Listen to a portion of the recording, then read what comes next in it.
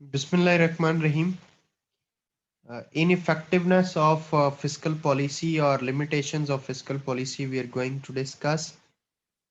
हमने ये देखना है कि फिस्कल पॉलिसी कहाँ पे अप्लाई नहीं होती या अप्लाई करते हैं तो वो इफेक्टिव नहीं होती। तो देखें, कुछ मैं आपको बहुत इंपॉर्टेंट चीजें बताता हूँ। सबसे पहली चीज है कि टैक्स स्ट्रक्चर जो है हमारी इकोनॉमीज में, लेस डेवलपिंग इकोनॉमीज में या पाकिस्तान की इकोनॉमी में, that is very rigid and narrow.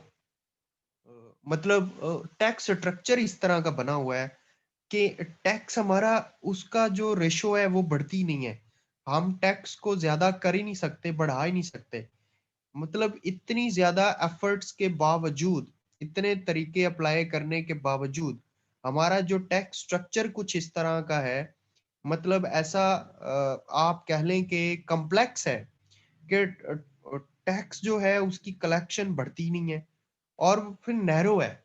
मतलब कोई ऐसा कोई ब्रॉड कोई तरीका नहीं है कि जिसके जरिए आप टैक्स की आउटपुट ज्यादा ले सकें। तो जब आप फिस्कल पॉलिसी लगाते हैं और उसमें आपका ये प्लान होता है कि हम इतना जो है ना टैक्स जो है वो इकट्ठा कर लेंगे, लेकिन वो जब आपका वो टारगेट पूरा नहीं होता तो आपकी फिस्कल पॉलिसी फिर वहां पे फेल हो जाती है। आपको ज्यादा से ज्यादा डेट लेना पड़ता है अपने एक्सपेंडिचर पूरे करने के लिए। दूसरी चीज है, sizeable portion of developing economies is non monetize. यानी जो इकोनॉमीज का साइज है वो ऐसा है कि उसमें आप अपनी मॉनेटरी रिक्वायरमेंट जो है ना वो पूरी करने के लिए, आप उसको मोनेटाइज करने के लिए आपको डेट लेने पड़ते हैं। आपकी जो फिस्कल पॉलिसी है वो वहां पे मतलब इफेक्टिव नहीं होती, बल्कि आपको फिर स्टेट बैंक का सहारा लेना पड़ता है, आपको डेफिसिट फाइनेंसिंग करवानी पड़ती है, आपको करेंसी नोट छपवाने पड़ते हैं। जब आप वैसा करते हैं तो फिर स्टेबिलिटी नहीं रहती, मतलब इन्फ्लेशन आ जाता है इकोनॉमी में। और उसके अलावा लैक ऑफ एडिक्वेट डेटा।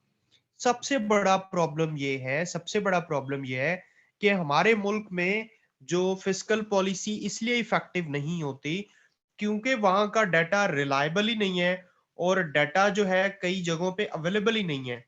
आपको मालूम ही नहीं है कि मतलब का कौन से हिस्से में कितनी एग्जैक्ट पॉपुलेशन है और वहां पे किस तरह की और कितनी कितनी सहूलियात की जरूरत है।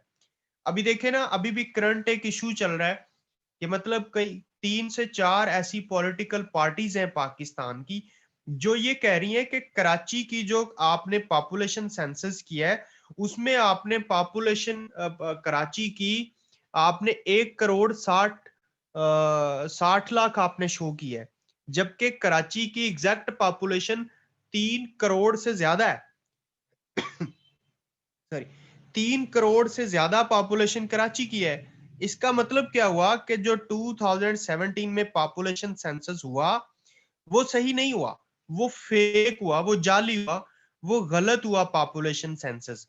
तो एडिकेट जो डाटा है, जिस तरह कराची को मैं एक सैंपल के तौर पे आपको बता रहा हूं, ये सिर्फ कराची का ही ऐसे नहीं है, ये बाकी भी जो बड़े बड़े सिटीज हैं, अगर कराची में इतना बड़ा मतलब फेक सेंसस हुआ है तो बाकी सिटीज में भी ऐसे ही हुआ होगा।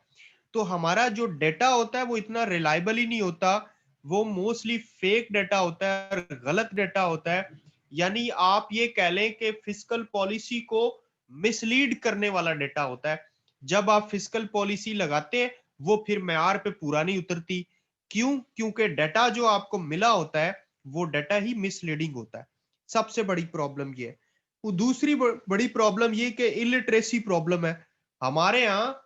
जो प्राइमरी भी, अगर प्राइमरी का मतलब क्या है कि जी कोई लिख पढ़ सकता है या अपने सिग्नेचर कर सकता है तो वो लिटरेट है। अब उसको भी स्टैंडर्ड मान लिया जाए तो फिर भी पाकिस्तान में लिटरेसी रेट 60% है और गवर्नमेंट 67% कहती है। उसके मुताबिक भी 60% है, 60 या 67% भी मान लिया जाए तो फिर आप देखें कि इलिटरेसी तो 40% से ज्यादा है। तो इलिटरेसी जब होती है जहां कहीं भी, तो जो फिस्कल टूल्स होते हैं या जो फिस्कल पॉलिसी लगाई हुई होती है उस पे फिर वो इग्नोरेंट लोग जो हैं वो तो अमल नहीं कर सकते उसके मुताबिक। यानी वो उस तरह रेशनैलिटी नहीं दिखाते जब वो इलिटरेट लोग होते हैं, पढ़े लिखे नहीं होते। और मैं तो प्राइमरी को पढ़ा लिखा नहीं मानता भाई। पढ़ा लिखा तो कम से कम वो होगा ना जो अपने मॉनेटरी सिस्टम को समझता होगा। लिटरेट पर्सन तो वो होगा जो फिस्कल सिस्टम को समझता होगा, जो ट्रेड को समझता होगा, जो बिजनेस को समझता होगा, जो एंटरप्रेन्योरशिप को समझता होगा। तो बात ये कि लिटरेसी, एक तो हमारा लिटरेसी का म्यार पुअर है, दूसरी बात यह है कि इलिटरेसी है बहुत ज्यादा। तो इस वजह से भी हमारी जो फिस्कल पॉलिसी है वो स्टैंड नहीं करती, वो फेल हो जाती है। उसके अलावा लार्ज स्केल टैक्स इवेशन, बड़े पैमाने पे जो लोग हैं वो टैक्स से बचते हैं। यहाँ पे जिन लोगों के एवन फील्ड में अपार्टमेंट्स निकल आए, जिनकी छप्पन छप्पन कंपनियां निकल आई, जिनके पता नहीं मतलब कितने कितने असासे निकल आए, वो हिस्ट्री में कितना टैक्स पे करते रहे। कैन यू इमेजिन, वो 5,000 टैक्स पे करते रहे। मतलब यहाँ पे कानून बनाने वाले, कानून को इम्प्लीमेंट करवाने वाले बड़े बड़े लोग, बड़े बड़े बिजनेस टाइकोन्स, वो टैक्स से बचते हैं। टैक्स लोग पे ही नहीं करना चाहते। जब लोग टैक्स चोरी करेंगे, टैक्स पे करना ही नहीं चाहते, इवन वो अपना आईडी कार्ड देने को तैयार नहीं होते, कभी फलूदे वाले पे अपने अकाउंट्स खुलवा लेते हैं, कभी रेडी वाले के नाम पे खुलवा लेते हैं, कभी वो गवाले के नाम पे जो है, कभी मुश्ताक चीनी के नाम पे अकाउंट्स खुलवा लेते हैं। तो बात यह है कि वो टैक्स इवेशन के लिए ये सारा कुछ करते हैं, टैक्स से लोग बचते हैं। जब टैक्स लोग पे ही नहीं करते तो फिस्कल पॉलिसी तो मतलब उसके ऊपर एप्लीकेबल नहीं होगी। फिस्कल पॉलिसी तो फिर वहां पे फेल हो जाएगी। यानी फिस्कल पॉलिसी ये कहती है कि ओवरऑल सिस्टम के अंदर इतना बिजनेस वॉल्यूम आ रहा है, लेकिन उसके मुताबिक जब वो टैक्स कलेक्ट करने जाती है गवर्नमेंट, तो टैक्स कलेक्ट होता ही नहीं है। तो इसका मतलब क्या है कि बड़े पैमाने पे बड़े बड़े जो बिजनेस टाइकून है वो टैक्स से चूंकि बचते हैं, टैक्स इवेजन होती है। जब टैक्स इवेजन होती है तो फिस्कल पॉलिसी रिमेन फेल्ड। उसके अलावा करप्ट एंड इनएफिशिएंट एडमिनिस्ट्रेशन, हमारे यहाँ जो एडमिनिस्ट्रेशन है या हमारी इवन जो पॉलिटिकल हमारी लीडरशिप है, उसमें करप्शन बहुत ज्यादा है।